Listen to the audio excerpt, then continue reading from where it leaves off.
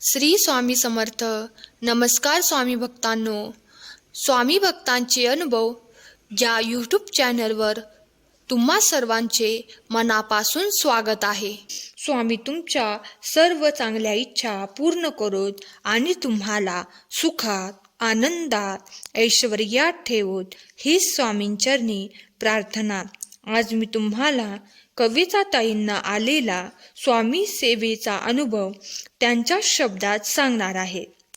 ताई म्हणतात, नमस्कार श्री स्वामी समर्थ.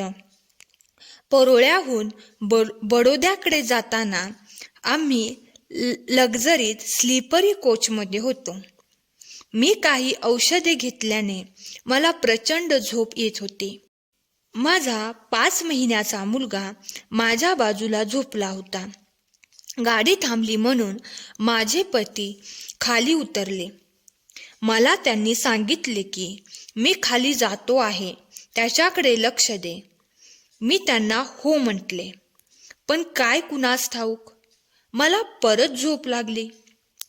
माझा मुलगा मला ओलांडून वरून खाली पडला.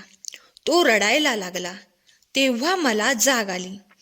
गाडीतील सर्व प्रवासी मला रागवत होते व आम्ही दोघेही फक्त श्री स्वामी महाराजांचा जप करीत होतो.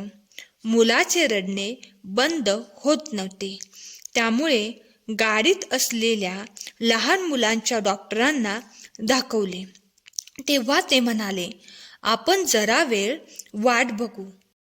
जर जास्तच काही त्रास झाला तर गाडी थांबवून दवाखान्यात जाऊ. गाडीतील इतर प्रवासीही आम्हाला हेच सुचवित होते. आमचा सतत जप सुरू होता. समर्थ कृपेने त्याला दवाखान्यात नेण्याची वेळच आली नाही. 1-1.5 तासांनी मुलगा रडून रडून झोपला. त्याला कुठल्याही प्रकारचा त्रास झाला नाही. तरीही आम्ही आमच्या खात्रीसाठी म्हणून बडोद्याला आल्यावर हॉस्पिटलमध्ये दाखविले.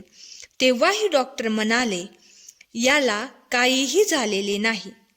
आम्हाला खरे तर आश्चर्यच वाटत होते, कारण एवढा उंचावरून पडूनही बसच्या लोखंडी पट्ट्या, आजूबाजूच्या शिडी यापैकी कशानेही त्याला इजा झाली नव्हती.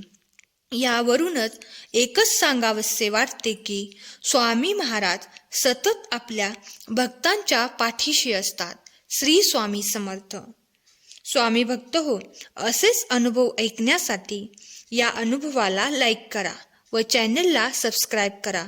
त्यामुळे तुम्हाला नवनवीन अनुभव ऐकण्यास मिळतील. श्री स्वामी समर्थ. धन्यवाद.